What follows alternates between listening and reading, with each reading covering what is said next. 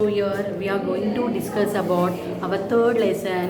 What is our third lesson, children? Production and employment. What is our third lesson, children? Production and employment. Here, first thing you should know, what is the sectors of economy? How many sectors are taking into the consideration for the economy? First is primary, second one is secondary, third one is a treasury. These are all considered as what, children? Sectors of economy. In the primary sectors, agriculture is taken into the consideration. In the secondary sectors, industries are taken into the consideration. In the treasury, that is in the third stage, service sector is taking into the consideration. Children, now you should have a doubt. What are the things that are covering under the service sector? Like banking, insurance companies, transportation. These are all coming under the service sector. So this is about what, children? This is about sectors of economy. Now each and every nation, they are their prosperity is depend upon how much national income they are getting and how much GDP. What is the meaning of GDP, children? GDP is nothing but gross domestic product. What are the goods and services that are produced in our country within 1 year? That is known as gross domestic product. What is that, children? Gross domestic product. Here, children, you should know what is the meaning of unemployment. Unemployment is what? Those people are not having job. They are not at all having any job. That is known as unemployment. Here, first you see, you should know what is the meaning about the disguised unemployment. What, children? Disguised unemployment. Disguised unemployment is nothing but more number of people are engaged than required in the agriculture. What, children? More number of people are engaged than required in agriculture is called disguised unemployment. What unemployment, children? Disguised unemployment, isn't it? So here now I want to show one example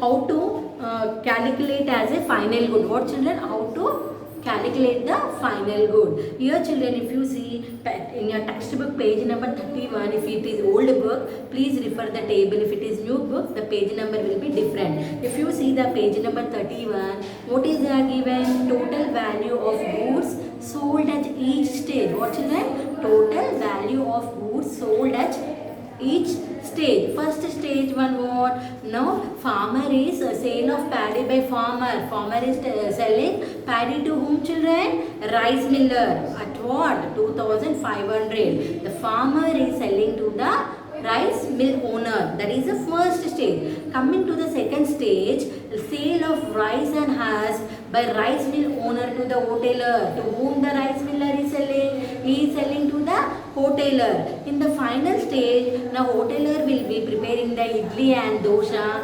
The stage is considered as what, children? Final stage. What is that? The stage is known as final consumption stage. Here, first if you see the example, first stage, now farmer is selling to the rice mill owner how much amount, children? 2,500. If you see in the second stage, now rice miller is selling to the hoteler for how much amount? 3,500. Actually, the rice mill owner has purchased from the farmer for 2,500. But again, he is selling to the hoteler how much? 3,600. So how much profit the rice mill owner is getting? 1,100 is getting. Why? Because he has taken from the farmer 2,500. He is selling to the hoteler how much? 3,600. So here the rice mill owner is getting the 1,100 profit. If you are moving to the third stage, when the hoteler is selling idli and dosha, he is getting how much amount, children? 5,000. That is mean to say that if you see in the first stage, farmer is selling to the mill owner, rice mill owner 2,500. Again, rice mill owner is selling to the hoteler for how much?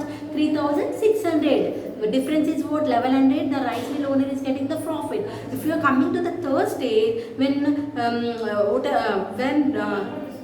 rice mill owner is selling to the hoteler how much? 3,600. Again the hoteler, what he is doing? He is selling the idli and dosha. He is getting the 5,000. Now who is getting? Now hoteler is getting how much profit, children? 1,400. Now rice mill owner is getting the profit of 1,100. So here the good example, the goods became final if it is not used further in producing goods to be sold. In the above example, if the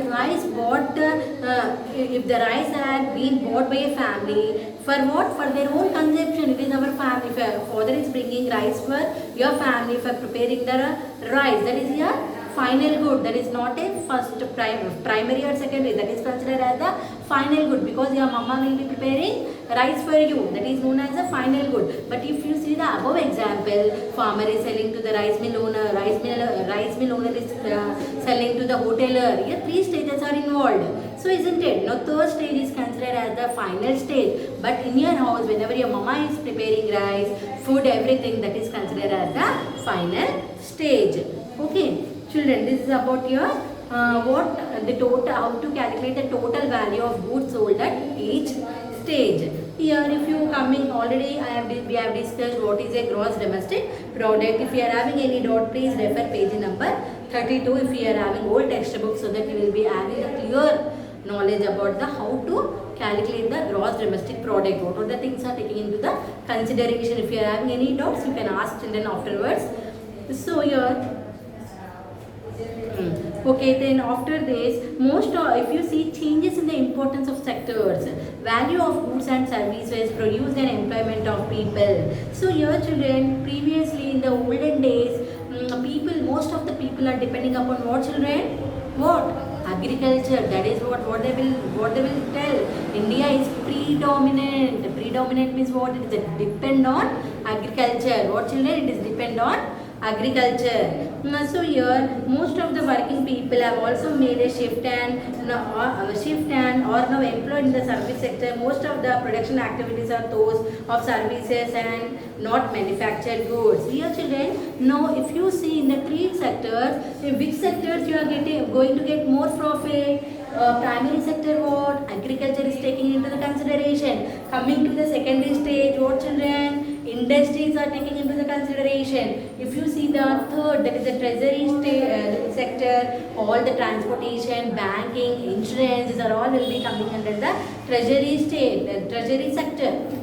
So here, if you see in these 3 sectors, now in which sector you are going to get more profit? You are going to get more profit in the industries. Where children? In the industries.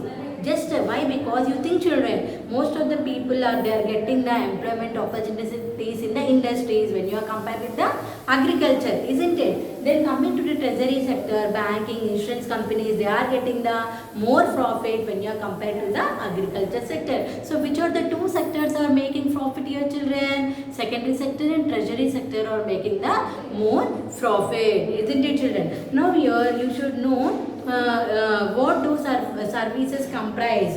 Just you go through the graph children. Graph 2 share of different sectors in the gross domestic product. They are given the comparison of the 2 years. That is 1970. If you see the picture children, just you see the picture.